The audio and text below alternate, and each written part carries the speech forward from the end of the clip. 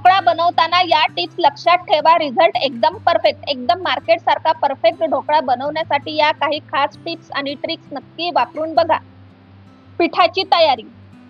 बेसन चाळून घ्या. बेसन नेहमी बारीक चाळणीने चाळूनच वापरा. यामुळे पिठात गुठळ्या होत नाहीत आणि हवेचे बुडबुडे तयार व्हायला मदत होते. पिठाची सुसंगतता, कन्सिस्टन्सी. पीठ जास्त पातळ किंवा जास्त घट्ट असू नये. ते पोरिंग कन्सिस्टन्सी पडेल असे पण मध्यम असावे. एकाच दिशेने फेटा. पीठ भिजवल्यानंतर ते किमान 4-5 मिनिटे एकाच दिशेने क्लॉकवाईज सतत फेटा. यामुळे पिठात हवा भरली जाते आणि ढोकळा छान फुलतो.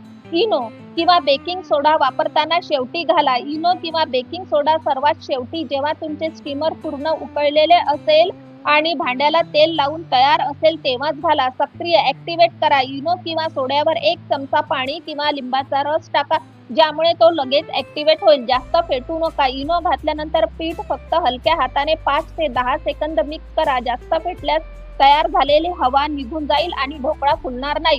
वाफवताना पाणी आधीच उकळा. ढोकळ्याचे भांडे ठेवण्यापूर्वी स्टीमर मधील हवा मोठ्या आचेवर उकळलेले असलेले पाहिजे.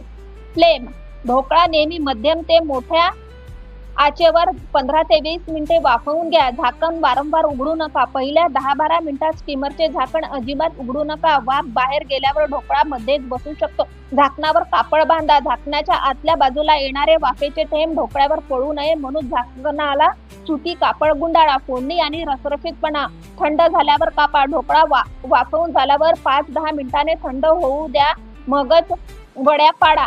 कोमट फोडणीचे पाणी. फोडणीच्या पाण्यात थोडी साखर, लिंबाचा रस आणि मीठ हे पाणी ढोकळ्यावर घातल्याने पाणी ढोकळा शोषून घेतो आणि ढोकळा रसरशीत होतो. अशाच छान छान टिप्स बघण्यासाठी सावजी किचन टिप्सला सबस्क्राईब करा, शेअर करा, लाईक करा आणि कॉमेंट करा. आणि एक महत्त्वाची टिप, जर ढोकळ्यावर लाल गुलाबी डाग पडत असतील तर समजून जा की हळदीचे प्रमाण जास्त झाले